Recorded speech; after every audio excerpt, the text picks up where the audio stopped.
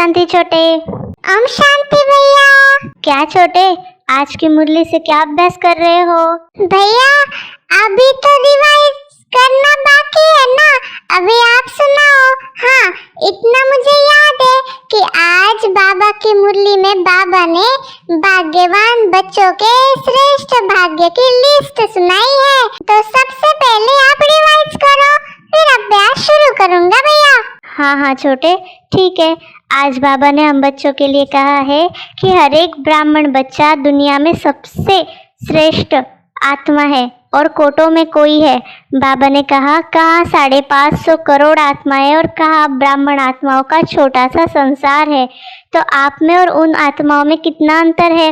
बाबा ने कहा जैसे हद के ज्योतिषी क्या देखते हैं, रेखा देखते हैं कि इनका मस्तक कैसा है, उसकी भाग्यता क्या निशानी है, ये सब देखते, वैसे बाबा भी अपने बच्चों की भाग्यवान होने की निशानियां देख रहे थे आज छोटे।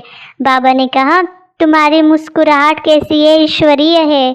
तुम्हारे भाग्यवान नयन है, मना उसमें दिव्य दृष्टि है जहाँ सदा खुशी की लहर रहती है। बाबा ने कहा तुम रूहानियत में रहते हो और परमात्मा याद का अनुभव करते हो। तुम आत्माओं का हमेशा हल्कापन का अनुभव होता है। बाबा ने कहा जो ब्राह्मण आत्माओं में भी जो नंबरवार है अंत तक रहेंगे, लेकिन निशानियां नंबरवार सभी भाग्यवान बच्चे श्रेष्ठ और विशेष है। तो बाबा ने हम बच्चों की भाग्य की लिस्ट समझाई है छोटे, तो क्या समझ आ रहा है? हाँ भैया, आजकल कुछ भी होता है तो पंडितों और ज्योतिषों के पास जाते हैं, यहाँ तक कि करियर को चुनने के लिए, डिसीजन लेने के लिए भी ज्योतिष के पास जाते हैं, तो वो भाग्य के बारे में ही सुनाता है। देखो भैया, आज बाबा ज्योतिषी के रूप में अपने बच्चों के भाग्य को बता रहा है। इससे बड़ा सुनहरा मौका जीवन में क्या हो सकता है? और हमारा भाग्य तो बाबा कह रहा है श्रेष्ठ ते श्रेष्ठ है, तो और जीवन में क्या चाहिए भैया? आगे बाबा ने क्या बताया? हाँ छोटे, आज बाबा ने कहा आगे थोड़े समय के बाद क्या होगा, जब अति होगा और अंत होगा तो चारों ओर आत्माओं में वैराग्य आएगा।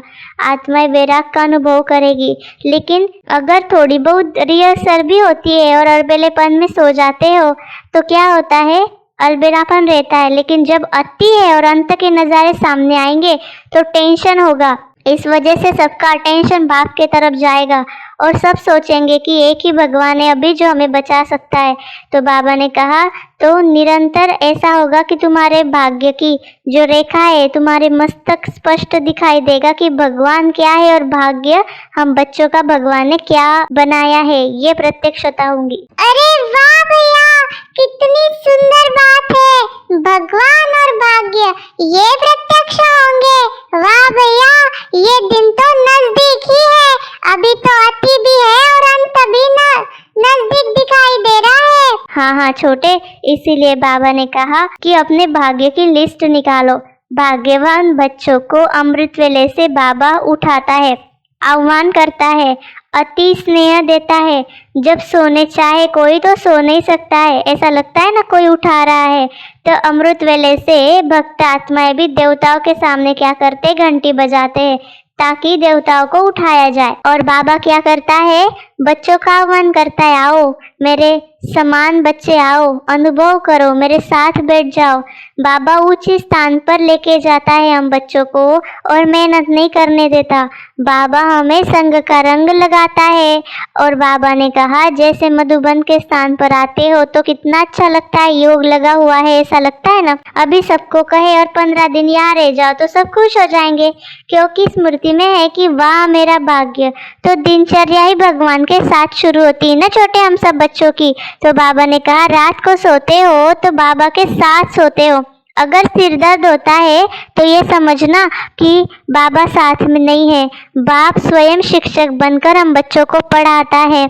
उसके बाद दिनचर्या में कितना भी बड़ा व्यक्ति हो उसका साथ भगवान नहीं होगा, लेकिन तुम बच्चे सेवा करो, लौकिक चाहे अलौकिक, चाहे परिवार में चाहे सेवा केंद्र पर, कोई भी कर्म करो, कोई भी ड्यूटी बजाओ, लेकिन कराने वाला बाप है।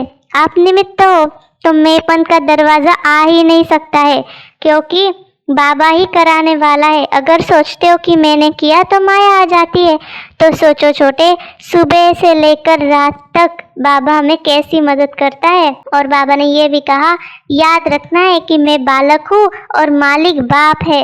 बालक मैं हूँ, मालिक मुझसे करा रहा है, तो कोई दुख ही नहीं होगा और श्रेष्ठ फल, श्रेष्ठ कर्म, सदा खुशी होंगी। तो क्या समझ रहा है छोटे? हाँ भैया, समझ रहा हूँ। बाबा हमारे भाग्य की लिस्ट निकाल रहा है।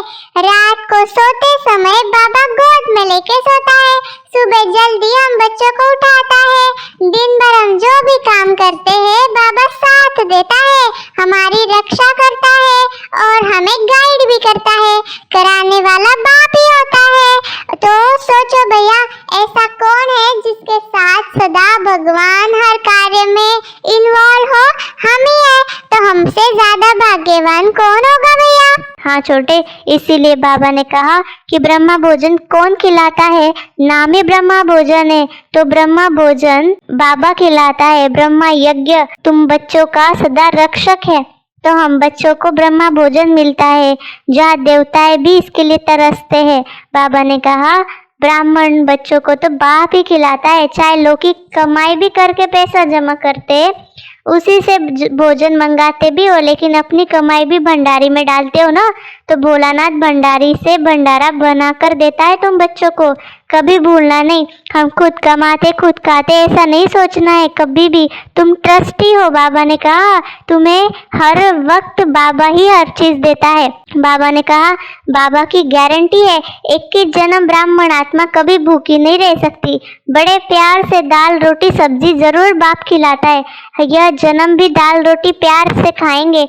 मेहनत की नहीं, इसलिए सदा स्मृति रखो कि अमृत वेले से लेकर क्या क्या भाग्य हम बच्चों को बाबा ने दिया है। बाबा ने कहा अगर तुम बीमार होते हो, थकावट होती है, तो बाबा आह्वान करता है, बाबा की गोद में आराम करो। तो बाबा ने कहा अकेले सोते हो तो संकल्प चलते हैं, बाप के साथ याद की गोदी में सोना है। तो बाबा लोरी भी सुनाते, मीठे बच्चे प्यारे बच्चे, समझे छोटे?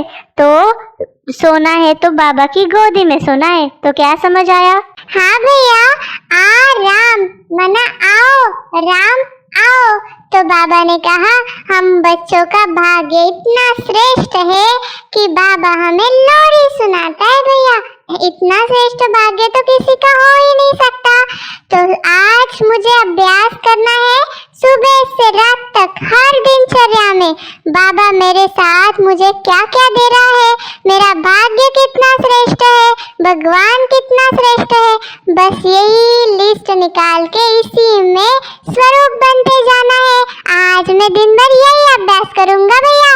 मैं तो खुश हो गया।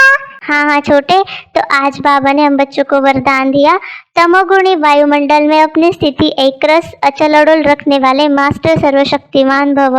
स्लोगन में बाबा ने कहा वरदाता बाप को अपना सच्चा साथी बना लो तो वरदानों से झोली भरी रहेगी।